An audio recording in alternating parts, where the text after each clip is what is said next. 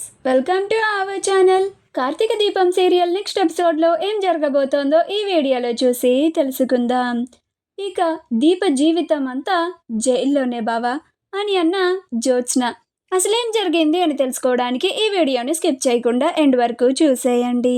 కార్తీక్ కాంచన అనసూయలతో కోర్టులో జరిగిందంతా చెప్తూ ఉంటాడు.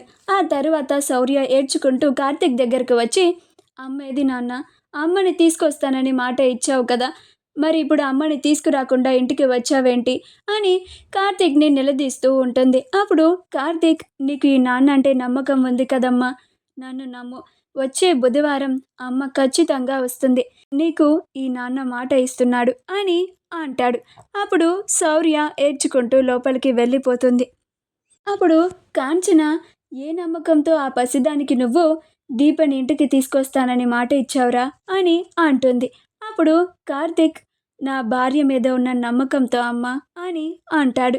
అప్పుడు కాంచన, కానీ ఆ జ్యోత్స్న వాళ్ళు దీపని జైలుకు పంపించాలని వాళ్ళ శతవిధాల ప్రయత్నాలు చేస్తున్నారు కదరా, దీప నిర్దోషి అని నిరూపించడానికి కూడా మన దగ్గర సరైన సాక్ష్యాధారాలు కూడా లేవు కదరా అని అంటుంది. అప్పుడు కార్తీక్, ఎన్ని సాక్ష్యాలనైనా ఆ జ్యోత్స్న వాళ్ళు దీప హంతకురాలు అని కోర్టులో సబ్మిట్ చేయొచ్చమ్మా, కానీ నేను మాత్రం దీప నిర్దోషి అని నమ్ముతున్నాను. దీప తాను గన్ని కాల్చలేదు అని చెప్తోంది.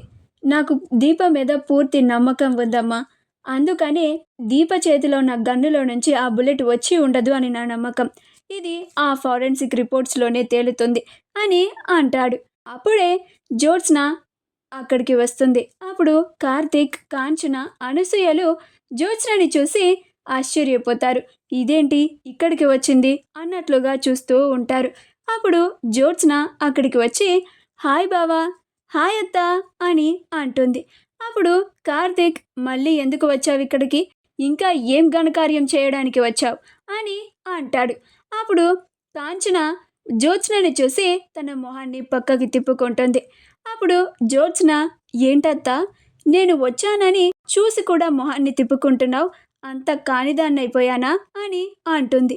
అప్పుడు కాంచన, మన వాళ్ళు అని మనకి ఉంటే సరిపోదు, యువతలి వాళ్ళకి కూడా ఉండాలి, అది వాళ్ళు చేసే పనుల మీద ఆధారపడి ఉంటుంది అని అంటుంది. అప్పుడు జ్యోత్స్న, అంటే ఎవరిని అంటున్నావత్తా, దీనంతటికి కారణం నేను అని అంటున్నావా అని అంటుంది. అప్పుడు కార్తీక్, అనడం కాదు, ఇదంతా జరగడానికి కారణం నువ్వే కదా అని అంటాడు. అప్పుడు జ్యోత్స్న, అంటే నువ్వు కూడా ఏం మాట్లాడుతున్నావు బావా, మా డాడీని నేనే కాల్చాను అని అంటావా అని అంటుంది. అప్పుడు కార్తీక్, నువ్వు కాల్చావు అని అనడం లేదు, నువ్వే వేరే వాళ్ళ చేత అలా చేయించి ఉండొచ్చు కదా అని అంటాడు. అప్పుడు జ్యోత్స్న, శభాష్ బావా, నీ కళ్ళతో నువ్వు చూసినా కానీ ఆ దీప మా డాడీని కాల్చింది అంటే నమ్మడం లేదు, నేను మాత్రం ఏమీ చేయకుండా మౌనంగా నుంచున్నానంతే, కానీ నువ్వు నా మీద నేనే అలా చేయించాను అని నిందలు వేస్తున్నావు అని అంటుంది.